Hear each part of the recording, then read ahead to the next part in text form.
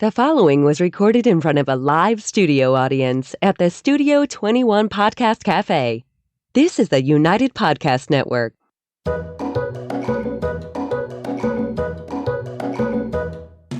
Welcome to the Quirky Dog Podcast, inspired by some of the quirkiest dogs you can ever imagine and the owners who love them. This podcast is brought to you by the quirky couple themselves, Scott and Jess Williams. Their aim is to educate and entertain. Here's Scott and Jess. Welcome, guys, and happy Wednesday. This is our last episode of 2021. It's crazy. This is the first year that we've done 52 episodes. Seems like 10 years to me. Thank you. I love that. Really appreciate that. Last year we were home for COVID and everything else. And this week you get double the pleasure because we get two quirky couples. So last year we did Dog of the Year. And really, I had wanted to ask Jess, like from the get-go when she won Nationals, to have Hallelujah be Dog of the Year, right? And then Jess and Perry just kept having a bigger and bigger and bigger and bigger and better year. So we're doing Dogs of the Year, and it's Verb and Hallelujah. And we're even going to give an honorable mention to one of their other dogs. So thank you guys so much for joining us here today. You guys officially have the Dogs of the Year, and this is Perry DeWitt and Jessica Ajoux from Philly, Pennsylvania, and United Dog. Thanks for coming on, guys. Yeah. Thank you for having us. Yeah, we didn't even do a quirky tip. We didn't even do a quirky tip. My quirky tip is to find United Dog, if you haven't already. And we'll have a link there. Yeah, because you guys are badasses. So you were called like the agility queens when the Westminster thing happened. And it's like just becoming more and more that, no? Like I feel like you should just be walking around with crowns all the time. I want her crown. Maybe a tiara. There you go. Younger Jessica would have really liked that, actually. But explain to us a little bit about this year. You guys have, it looks like Lou and Whit there. They're the United Dog logo dogs, right? Yes, they are. Yes. And tell us a little bit about your year, because Hallelujah actually had puppies because of the pandemic, right? That wasn't necessarily a planned thing, or how did that come to be? No, that was the silver lining out of the COVID year, because I had kept her intact, but usually there's no very good time to breed your dog, especially if she becomes competitive. And I was all excited. And right before COVID, she had made the EO team that would have been running in 2020. And then COVID happens, lockdown. And I'm like, well, I guess if there was ever an opportunity to breed this dog, here it is. And she was very, very compliant with her timing, came in early for her season, and made us 6 beautiful puppies, which we tell her thank you for every day. And she was a good mom, I'm assuming. I call her a dutiful mom. She didn't go above and beyond, but she did everything that was necessary. And how was it for you guys? Because it was your first litter, right? I loved it. I loved it so much. I thought it was like the coolest thing, the funnest thing. I cried when the puppies left. I was like, I want to do it a million times again. And Jess found it very. Was she stressful? Were you a dutiful mom? You were a stressed mom. Yeah. I was just like, Lou's dying, the puppy's dying, I'm dying, like for the whole time. and then when they weren't dying and she wasn't dying, I'm like, oh my God, they're gonna die. And it was. No one died, which is good, but like we certainly had a lot of experiences in the breeding. It wasn't totally smooth, but ultimately nothing awful happened. So it all worked out, but I certainly was stressed by it. Yeah. And Perry cried. Perry loved every moment. Yeah, I couldn't let them go. I loved every puppy. And you guys kept 2 puppies out of that, right? Yes. You're multiplying. Like we need like a diagram going on. That's the danger of having a litter. I know. That's the danger of having 2 people doing agility. Yeah, well, I know. You guys need the dogs. So explain a little bit about her having the puppies. And then I feel like Nationals wasn't too long after that, no? Like AKC Nationals? No, she had them in July 2020. Okay. So it was, about the Nationals was in March 21. Okay. So she had plenty of time to recover and do all of that. Yeah, she came back. She had a C-section, so it was harder. Again, stressful to me. But she came back really well. And I she was young enough that I thought it would be okay. But then you hear stories and you never know. And just I wasn't stressful. sure. It was just stressful. You sound like a worrier. I do my fair share, but you don't know some things I Perry. don't. Perry's like you, but like you need to have somebody that's on it when you got Perry. You guys are so cute this morning. Jess is like, in case Perry didn't send photos, and then Perry literally sent me a photo at 2:35. She's like, I just sent one. I'm like, don't worry, Jess is on it. We're all set, no problem. All right, so you guys both Got went. that in a nutshell. Yeah, that's right. So you guys both went to nationals, and it was a little bit different experience. Was it a little bit smaller than a typical nationals, or what did you think about like how the event was compared to other years? Well, the fact that we even went was already like somewhat amazing and ridiculous and worked out actually, because we had entered, but of course we didn't know if we'd be able to go given the unpredictability of COVID. And then at that time it was still, I'd say, a little controversial. Some people definitely didn't go. We made the decision that we could go because we got vaccinated in time to be able to, and then we decided we could do it. But in the meantime, we had an expansion at our building. So we got the property, like our wall neighbors moved out, and we were able to expand the building. But the zoning meeting for that was, of course, Thursday night in Philadelphia. So here I am now having to go to that meeting. Perry and her friend Shoshana started, they drove earlier. So then I'm getting on a plane at like 5 a.m. on Friday to make it to the National. Yeah. Perry should have been at that meeting. That shouldn't have been you there. Again? I said Perry should have been the one at that meeting, not you. We'd have no building.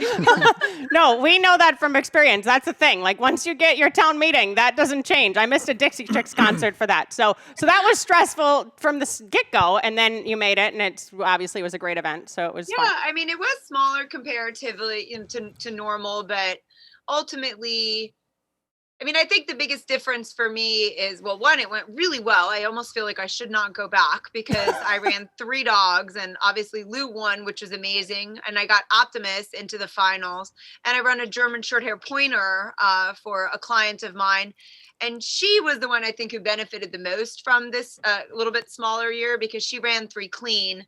And I think on a traditional year, she maybe wouldn't have made the finals. Yeah. But she made it. And so it was really kind of cool. But like 3 dogs in the finals, I don't know if I could do that again. So I probably should just quit while I'm ahead. Yeah. Well, and winning the 20-inch class, I mean, it's a very competitive class. That's just the bottom line for anyone that doesn't understand the intricacies of agility and everything else. So congratulations to that. And then I guess my other big monumental thing was Perry, you and Verb winning Westminster again.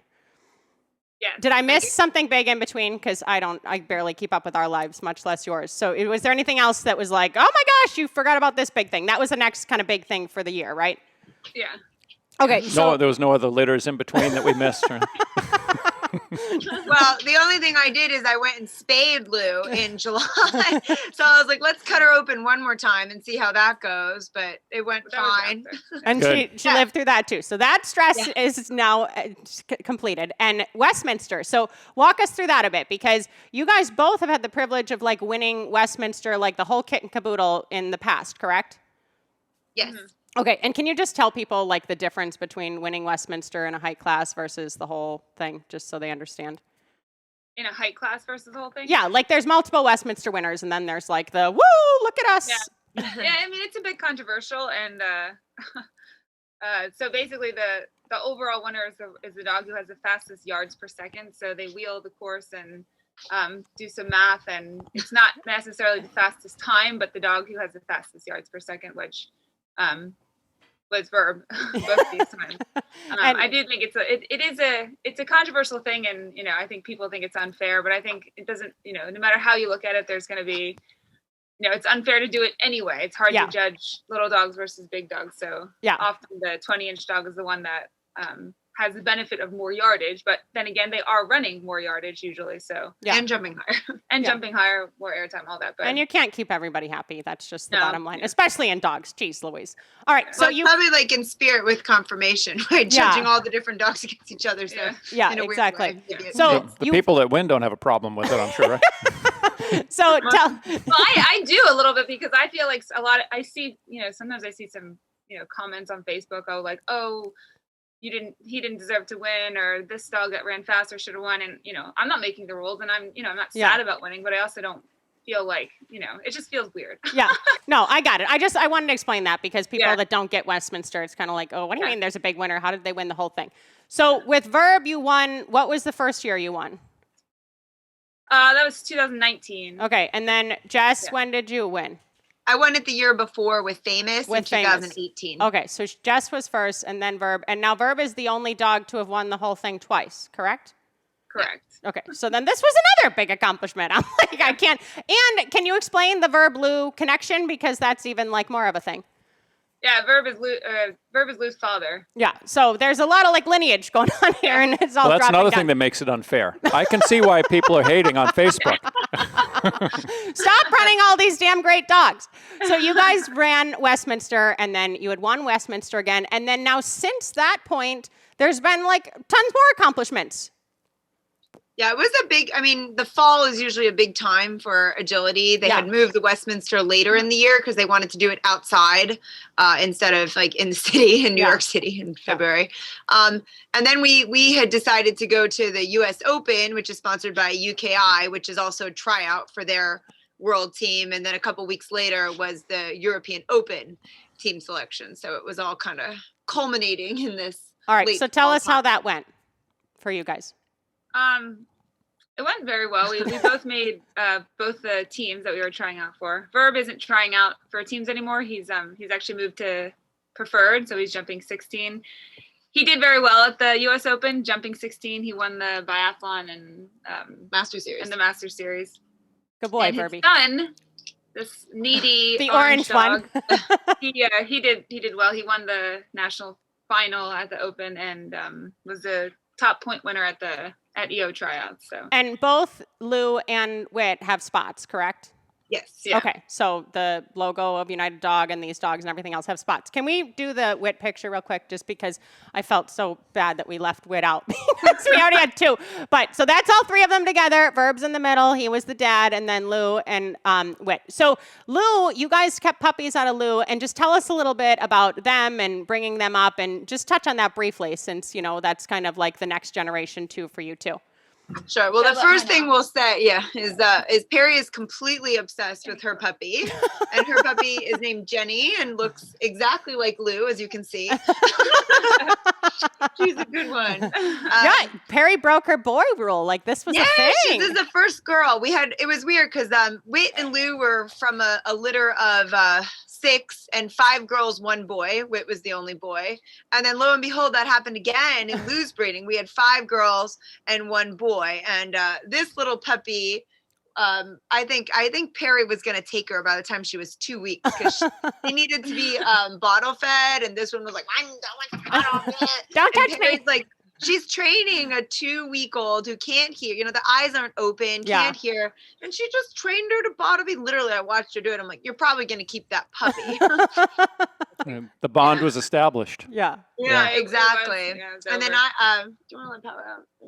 I have Empowered, who I call Power, and I don't know when I picked. Perhaps some people tell me I picked her at their fake birth, because they were, here she is. The person who was our mentor while breeding the litter and kind of helped us, and whose house we went to whelp them and such, and helped us out obviously when we needed the C-section and all. She's an experienced Shar-Pei breeder, weirdly, Amanda, and I have a Pei from her and love that Pei. And so does Perry. Say again? So does Perry. I do love Tara. Yeah, Tara's a good one. I know. And she there she is. Here's Hi, Tara. baby. Who, weirdly enough, is the same color as Lou. Because Lou's kind of that like brownish black color. Tara is that color too. Anyhow, she picked them up out of their little carry bag and was like, this one's really nice and this one's really nice. I'm like, well, if that one's nice, and because Power is the same color as Lou, but not as pronounced, I'm like, well, maybe I like that one. And basically, I just always liked that one. So there she is. How old is the litter now? How old are the puppies? 17 months. Okay. Today. Yeah. Oh, happy birthday. Great. You guys have a lot going on, though. Yeah. We do. I mean, really. So let's touch on this a little bit, too, because I think that you guys are in this situation kind of that Scott and I are in, where it's like 24/7, no? Like, I mean, like having your facility, because the facility, I know you did the expansion right before Nationals, but when did like the United Dog building kind of become a thing?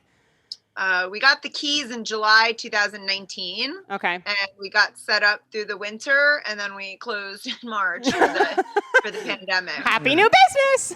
Yeah, you're lucky you survived it. I know. So the pandemic, just day in, day out, like, I mean, is it just great? You guys also have this other added thing that we don't have, that you're like competitive, like with each other at the same competitions in the, you know what I mean? Like there's a lot of dynamics there. So touch on that a little bit, because I know that you're like awesome and very supportive and functional, but just a little bit of the intricacies of that, if you don't mind.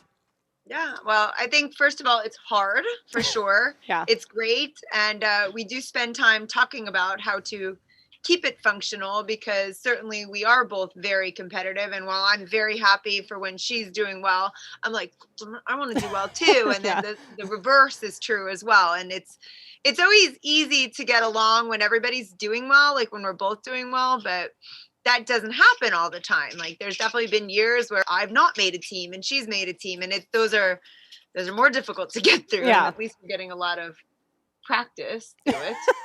Yeah, but we do like before it starts have to say, okay, if I bomb one and I walk away from you, don't follow. Yeah. Like that's the rule. And I don't really want to watch your run right now that was perfect and your awesome contact. We can talk about that later. Yeah, because it's hard, but it's ultimately it's great. We're Yeah, lucky to and I have each think other. the biggest thing is, or not the biggest thing, the biggest thing is we do like spending time with each other, which Yeah. is good. That We're helps. around each other a lot. But we've also we've improved so much, because like everywhere we go, even if it's just a local competition, like I've brought someone who can kick my butt every time in the same car with me. And so we have improved, because either we're brainstorming together, training together, and then even if someone's like, I don't want to train today, probably if the other one goes to train, peer pressure. And Yeah. all of a Well, I'm sudden, not here we going to be go. the asshole on the Three couch. more Yeah. dogs. Yeah, Wow. exactly. Yeah. Poor dog walk. Dog walk. So what about the owning the business and all of that? Because that's a whole nother echelon of stuff that, I mean, you guys have done a lot with the building, even with the pandemic. You guys have had events, and you obviously do a lot of privates and classes. So tell us a little bit just about that side of it and how that's going. It's going good. We kind of have designated different jobs to one another. Like Jess is the treasurer and the janitor, and I'm the registrar and the what else am I? Craft services. Craft services. Yeah. So And the comedian. we've kind of, without like unspokenly gone, what like in the routes that we're better at. We're like you said, we're working 24/7, whether it's cleaning or vacuuming. Yeah. Or making new classes or No, you know. it's a lot. And like people honestly Yeah. like kind of don't get it. Like it's, we're on a People don't care. They don't care about what you're doing behind the scenes. Well, they just want to outside of get that, their but dogs like, trained. like the functionality of that is a lot, and dogs in general, like dog training can kind of put a little prickle in somebody's spine sometimes, you know what I mean? Like about like, oh, you're doing it wrong. And like, I know how to do it. And we do that stepping on each other's toes and this kind of thing, you know what I mean? So then you have that heightened thing too. So I think you guys are killing it. I'm super impressed by the whole thing. And at least publicly, it just looks glorious. So well done. I want to ask a question. Are you doing just sport dogs for the business, or are you doing pet companion animals too, just basic obedience stuff? No, we're just doing we just added a flyball class, but It's all dog sports. Yeah. Yeah. It's Well, We have a couple like new to agility classes that one of our instructors is teaching. So people who are getting into agility, although now it's often people with their puppies signing Right. up again with their second agility dogs. But no, we're mostly all agility. yeah. That's nice because it's fun. It's fun for everybody. That's a good thing about it. Yeah. You're not getting people that are just under duress because their dog is such a pain in the ass. They feel compelled to do a class. You know what I We're mean? very grateful for what we do. No, I too. did that. That's how I started. So Yeah. Yeah. It's a different animal. it is. Yeah. It is. I feel better about, my dog isn't leaving well versus, my dog is wanting to bite my child. Yeah. I'm there with it. I can help you with problem A. I'm all set. I'm ready to go. All right. So Perry, I know a little bit more about her history, and you had just said that you were a dog trainer in the Philly area, right? Like that's kind of your beginning of dogs. And then Jess, just tell me a little bit about you, because I saw that video you posted the other day of Psyche, who looks great, by the way. At what is she, 15? Yeah, she just turned 15. Yeah, so that was that kind of your intro into like the dog world and sports and everything, or what was your No, story? I found it in high school. So like I found agility like watching a TV show about dog training, and then they literally showed a clip of agility, and it's to this day like, oh, that's what I'm gonna do. And I've wanted to do it ever since. I didn't really know that I would make a living doing this like at all. It was never the plan, but it seems that all the things I kind of did led me that way. And I grew up in Southern California, and that's where I started with we had a mixed breed dog named Mocha, who my family had adopted from the SPCA, and met some people out in California. They're my best friend to this day, still. Kate Moreau does agility out there, and we're still friends doing this. And my mom drove me to my first agility class, which of course had to be on a Friday because it was not a weekday, because they were very into the school thing. And then I came out to the East Coast when I went to school, and I went to Princeton, and here I am having done that, but then training dogs for a living. So I get a lot of comments with that, but yeah, it is what it is. And I just, I met a mentor of mine who showed me how to like turn this into a living. So I always thought I could train dogs myself, but I didn't think I would be a good teacher. And she showed me, Diane Bauman, how to become a teacher. And that's really what we do. We teach people how to teach their dogs. And that's what I feel like or at least I know I'm proud of myself for doing and being a good teacher. Yeah, definitely. And you can see it. I mean, you guys have such good community, in the sport world and with your students and stuff. Like it's just the proof is in the pudding, as they say, no? Like, you go to shows and you're excelling and your students are excelling. And one thing I really like about something that at least it seems like you guys profess is that you have a lot of good control outside of the ring too. You know what I mean? And this is something that I feel like is waning a bit more, especially, with newer people coming into the sport. But like, it's kind of all a package deal, right? Like how the dog walks into the ring versus how the dog runs in the ring and everything else. Like, can you touch on that a little bit and just talk about that for a sec, if you understand what I'm saying? Yeah, I mean, yes. we think, recall is the most important thing, and you ultimately have to have control and, a good relationship with your dog so that they, care to listen to you and trust you and all that. So I think, I do think that's, yeah, I mean, what do you think? I mean, well, I think sometimes it's not how they walk into the ring, because if you watch Optimus walk into the ring, it's a disaster. He's pulling me all around. Yeah. But at the end of the day, when I call him, he comes to me. Yeah. And so it's like having that essentially recall that they would come. And even my pay, like she may not have ever really weaved, but if I call her, she comes to me. Yeah. And I think, I think that's our view on touching to what you're saying. Like, it's not just that they can perform the tricks and such. It's that you truly have a working relationship with them. And it starts with. It's very difficult to do jumps and tunnels with a long line dragging behind the dog. Yeah, and if they don't come to you, you don't have a dog to train anyway. So yeah, no, completely. And like with Optimus, his headspace when he's running in the ring is really good. You know what I mean? When I talk about walking into the ring, I'm more so like if a dog needs more calming and more of this, it's like, okay, that precursor to getting there didn't really help the dog's headspace there. So, and these international events, I mean, do you think that upped your training game, or innately, I feel like, or intuitively, I feel like you guys kind of had a higher standard of training. But when you go to these international events, I mean, most of the dogs are pretty well behaved, I assume, no?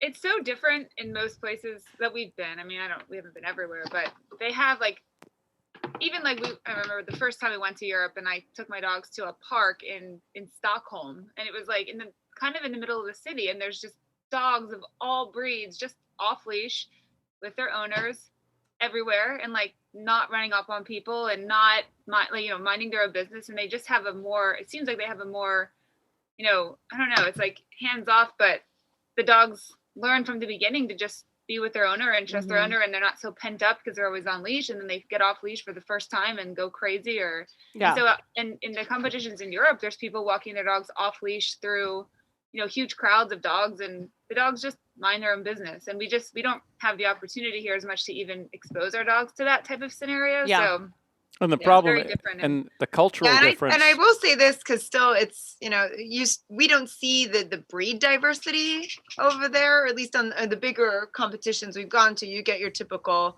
lots of border collies, lots of herding breeds. And I do think there is not saying other breeds can't be trained, but there's a difference. Like, where's a Border Collie running to? They're not really running away. They're always kind of staying with you. So it's easier that way. And you just get a lot more breed diversity, at least in AKC trials and local. Yeah. So that does play a different mix. But, you know, like I said, my pay will come on call. So Which is important. What were you going to say? doesn't want you to touch her necessarily, but you know.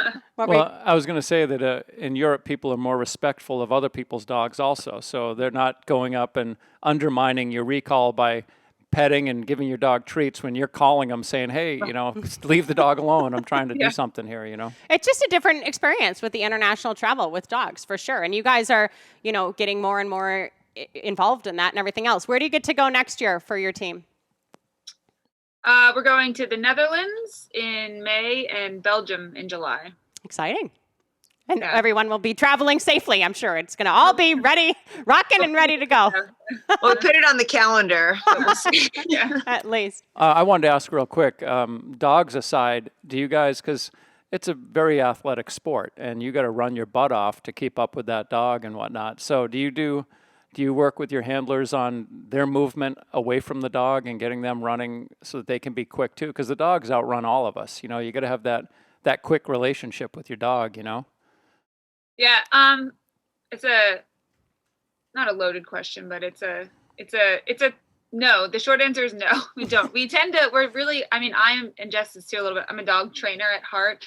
And so if I have a student who's not super mobile or who can't do the fastest front crosses, I'm really motivated to see if we can get the dog to do it the way that the handler is comfortable. So it's like, okay, let's see what kind of distance we can get. And let's see if we can get this verbal so well trained that the dog can do it without the person being perfect or, you know, within reason. Like we're being fair and of course trying to make sure the dogs understand, but we don't like the answer, you should run faster, because like that's demotivating to a person. That's not something you can necessarily even change. Like you could like, you know, work out, whatever, but you can do a lot with training. And like you just said, the dogs are always going to run faster than us. So you might as well. More directional work. People have asked us, like, how do we get all our dogs to run fast? Because, I mean, at this point, they are starting to all be related, but they weren't at first. And we've you know, knock on wood, always had dogs that run as fast as they can. And it's not because we're running as fast as we can next to them. We're training them to understand their job and to trust that when we tell them something that we mean it and that they should follow through with it. And through that confidence, they run fast. They don't need us to sprint to get them to go. So we're not distance handlers by any means, but we do train them kind of in that way so that they can feel comfortable to go full speed without us. Do you guys have a pretty stringent physical regimen for yourselves, or? We did up until last week. I wouldn't call it stringent. Well, I called it stringent. We ran twice a week, 2 miles. That's pretty good. What happened last week? Pizza. The EO's over. The EO tryout's over. Okay. No more running. I do find that that's helpful because there is, especially in the big courses that we have to run for EO and all that, there is running involved, and especially if you want to pick the fastest lines and things like that. So at that level, you do not need, but it's helpful to be able to move. And you have that adrenaline going through you too. So it's another. Yeah, and we had to do EO tryouts in a mask the whole time, which was really like actually difficult. Not saying, you know, not to wear it, but it was just more difficult than average. Yeah, physically. Yeah, no, for sure. I couldn't even sing in church the other day. We went to a funeral, I had a mask on. I could barely sing without passing out. So I don't think running would be a good call there. That's not a good way to go. Well, Mary you guys played lacrosse, so she's a good runner. That's why she doesn't find it that she's naturally athletic. Running once or twice a week helps. Yeah. But you don't do it if you don't have to. You just we try hard to stay healthy, and what I have found is that I'm more likely to get injured if I'm just running out, like not in shape enough to actually do the moves and turning and stopping, and it just seems to go better if I stay in better shape. And the least amount I need to do, that's the one I'm doing, because it's kind of nice though. You guys have like this pinch hitter situation going on with handling, that if anything did happen, or like sometimes Jess will post and she's like, oh, it was too early. I ran Perry's dogs because she didn't want to wake up this early for the show. I like the philosophy. You maintain the bare minimum physically. Just not to get injured. Yeah.